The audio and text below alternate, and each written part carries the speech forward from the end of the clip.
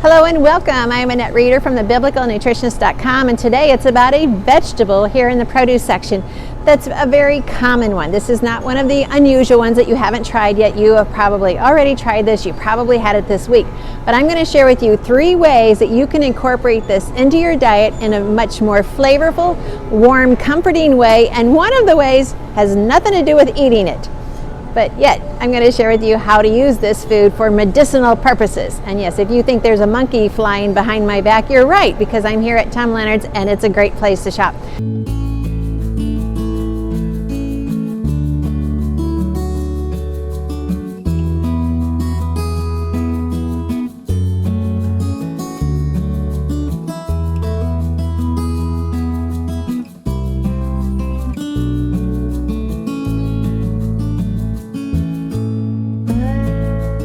So before we get started, be sure and hit the like button and the comment, but I love to read your comments both on Facebook and on YouTube.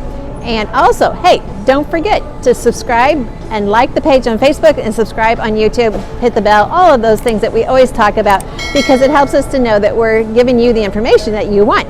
And it's all about serving you God's recipe for excellent health.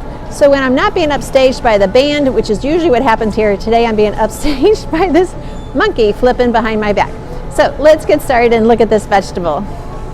Today it's about spinach, and I want to teach you how to buy it when it's already in a package, what to look for, what's important, and plus, don't forget, we're going to the kitchen and we're going to learn some really delicious recipes. So I want to show you 2 different packages here. So this is our fresh spinach. This is shipped in from Maryland. We can look at the back. So I'm looking to make sure that there is no ugly sticking spinach, no spinach that doesn't look fresh. This all looks amazingly fresh. This is actually more of a curly spinach, and we're going to talk about that when it comes to cooking. That's really important when you're going to cook it, saute it, because it's going to hold its shape better. So we already know it's highly nutritious. We'll talk about that in a minute. On the back, I should be able to see where it's from. And then up at the top, I should have an expiration date. So you can see this has an expiration date of February 8th. So this is a package that has just arrived. Usually when you take this home, you have about 3 to 5 days to consume this. It has already been washed, so I can go ahead and use it, but I always prefer to wash it again. So that's the regular spinach. Then they have the organic spinach. Now this is more of your flat leaf spinach, and you'll notice most of the time we still have a few stems. Some of the stems have been cut off, and then when we turn it over, we can also see more about the company that produced it. And then let's see, back on the front, it's kind of hard to read, but right here it's got an expiration date of February 3rd. And then this is produced in the USA. So we've got an organic. So we have 2 options. We have organic and we have the non-organic. Most of the spinach grown today is grown inside your greenhouses because it's winter, so you're going to have less contamination of chemicals. You still can have some though, because pests still get in the greenhouses, believe it or not. So we got an organic option, and we have a regular curly leaf. So look right there, it says curly leaf option. Now let's talk nutrition. Spinach has a lot of iron. It's just the perfect food to prevent anemia and also premature hair loss. But yet, spinach, well, and when I was growing up, it was all about Popeye, who ate his spinach right out of a can, but I don't want you eating it out of a can. I wonder, in the comments down below, let me know, do your kids and grandkids know who Popeye was? Or is he just one of those long forgotten heroes of our time? So besides iron, but we also need calcium and magnesium to go with the iron for it to work. And this is also all included in the spinach. That's the way God designs foods. He gives you every ingredient that you need to make the nutrients work. So spinach is going to have just a banquet full of vitamins and minerals. Vitamins such as A and vitamin K. Now, if you're on a blood thinner, don't worry about it. Just tell your doctor, I'm going to eat 1 cup of spinach every day, and he can change your medication to match your diet. To avoid all of God's green foods because you're on a blood thinner is more harmful to your health than having your doctor adjust your medication accordingly. That's the way you are in charge of your health and in charge of your future. Now, let's talk cancer. So spinach, these spinaches here, are going to be very beneficial to help prevent breast cancer, lung cancer, and cervical cancer. So if you're a woman especially, get more spinach in your diet. And whether you buy it bagged or you buy it either the organic, or you buy the bagged, you buy it fresh, that's what I want you to do. You can do frozen, but I really don't want you to, because spinach is always available fresh. And that's where I want you to get your nutrition, is from fresh spinach. You can even grow spinach yourself, and we'll talk about that when we get to the kitchen. Another thing is it has a lot of carotenoids. Now carotenoids, the way God designed carotenoids, when you see these colors, you know you're getting nutrition. But carotenoids is what our body converts as we need it into vitamin A. Another God designed thing.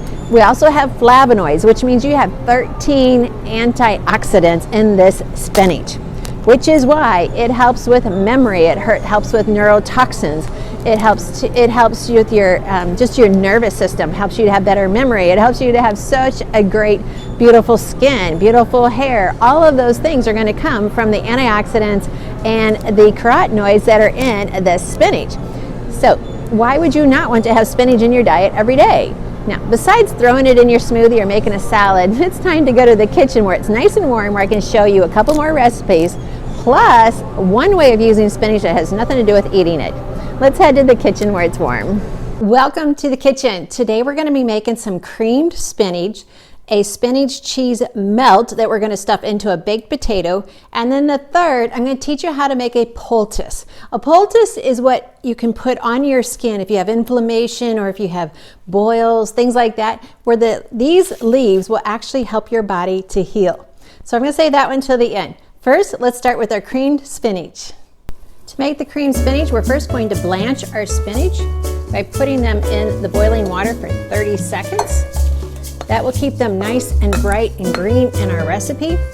Sometimes I remove the stems and other times I don't, because the stems have a lot of nutrition in themselves.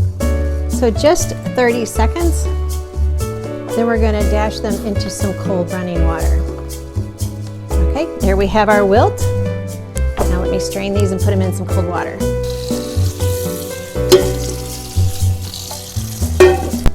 Okay, we're going to start making our cream sauce. This is just 1/3 a cup of heavy cream. To this, we're going to add some freshly ground salt and pepper. Our spinach is being kept cold in the refrigerator until we are ready. So I could have blanched my spinach earlier in the day, wrapped it up in some paper towels and some Saran wrap, and then put it in the refrigerator till I'm ready to serve my guests. I want this to be straight from the stove, hot, piping hot, to serve my guests so they get the best flavor. So I'm using some fresh ground salt, and this is actually a garlic pepper grinder to add some more flavors into it. We're going to cook this for about 3 minutes and then add in our spinach. Now our 3 minutes is pretty much done, and you can see our sauce is ready for the spinach to be added. So we're going to go ahead and add in our spinach. And we want the spinach leaves to pretty much to just absorb the sauce. This is not like an au gratin where we want the extra sauce to be seen on top. We actually want our spinach leaves to absorb it. And I'm cooking on just a medium-low heat now. I really want to make sure my spinach leaves absorb that sauce.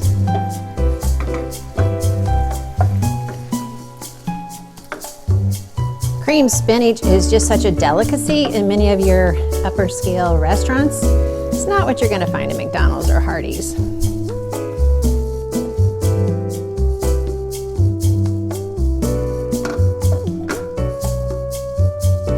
there you have a nice, delicious serving. Now we're going to start with our second recipe. I'm going to saute 2 cloves of garlic. I am using a red onion. I just happen to like that flavor. You could use any flavor onion is your favorite. So we're going to saute that. And then we're going to add in our nuts. And then our spinach and our cheese. And it's just that simple. Then we can use that to serve on top of some toast, stuffed in our baked potato in a wrap, maybe a lettuce wrap or possibly even a tortilla wrap.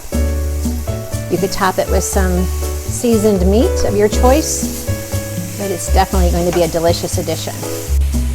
That is being sauteed really well. We're going to go ahead and add in a 1/2 cup of walnuts today. We could have used pine nuts, which would actually be, this is a perfect recipe for pine nuts. If you've bought pine nuts and you're like, I don't know when to use them, this would be one of those recipes. Today I'm using some walnuts. Any nut works, whatever is your favorite.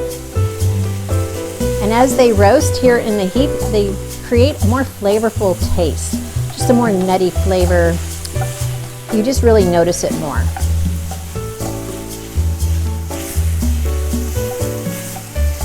Okay, so now we're going to go ahead and add our spinach.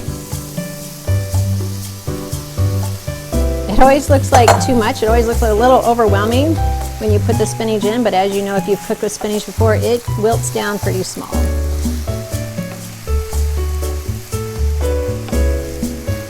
You could easily add some cooked rice into this mix, or some quinoa, some couscous.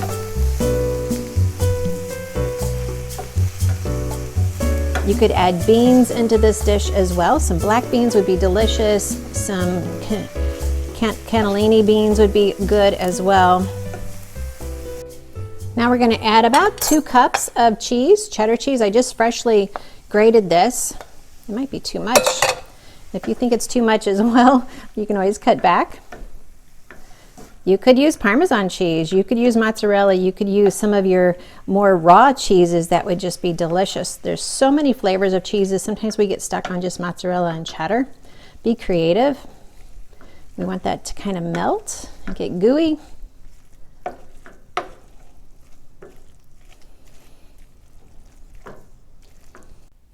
So I've kind of hollowed out a little bit of our baked potato. I'm using a red potato. We do not use the Idaho. We use either the red or the Yukon fingerling potatoes, just because they are less of a sugar spike. Got that. We'll just go ahead and add some more. And there we have our spinach cheese melt baked potatoes. We have our cream spinach, we have our cheese spinach melt. Now, here's what I want to teach you next. Just taking some regular spinach. If you were to take a bunch of leaves and you were to crush them, you can crush them by tearing them, you can crush them by chopping, or you can just literally just put them in a wrap and crush them. But you want to start releasing the nutrients from the leaves. And then what you would do is you would take these leaves, you would wrap it in like a cheesecloth or an actual bandage. So if you have any tough skin, if you have any sores, if you have any inflammation, but this is really good at softening hard spots on your body, like maybe on your heels and things like that. So you would take these crushed leaves, you could wrap them in just some paper towels. Then you would take this and you would attach it with a bandage, one of those wraps, like when you have a sprained ankle, and you would wrap this around your heel. So if my hand was my heel, I would wrap it like this, around like this. And that would be like, let's say that's against my heel. And you would start feeling the healing effect of those spinach leaves up against your skin. So you would hold this for about about 20 minutes, and this is called a poultice. A poultice is where we take the foods that God's given us and we start to extract from them the medicinal benefits by putting it on our skin. This can help with inflammation. Some people even do it for cancer tumors, but I'm not saying that that works. I'm just saying this can help. So if you've got boils or you got any type of fungus, you have hard spots, this will help soften that. I'm not going to tell you your soft spot, your hard spot's going to be gone in 20 minutes. I'm just saying keep trying it every 20 minutes, and then a couple days later do it again. 20 minutes, you're watching TV, go ahead and start applying some spinach leaves to your skin. I like the leaves to be right up against the skin. Okay, so keep them next to the skin, and then just wrap the area with a bandage. And there you go. You got your own little poultice. Now, one more thing I want to tell you before we leave spinach. I want you to start growing this yourself. Growing it in your garden, growing it in your yard. Any place you have extra space, I want you growing spinach. I want you to be in charge of your health, and you can grow it almost 12 months a year. Seriously. All right, thanks for watching. Let's go back to the store. We're back at the store. I just want to thank you for watching this video. Once again, be sure and get your spinach in your diet today, and even monkeys like spinach. So seriously, if the monkeys can eat spinach, you can eat spinach. So be sure and hit the like button, subscribe button, all of those things, and just let me know in your comments what you learned in this video that you didn't already know about spinach. So until next time, I'm Annette Reeder from thebiblicalnutritionist.com.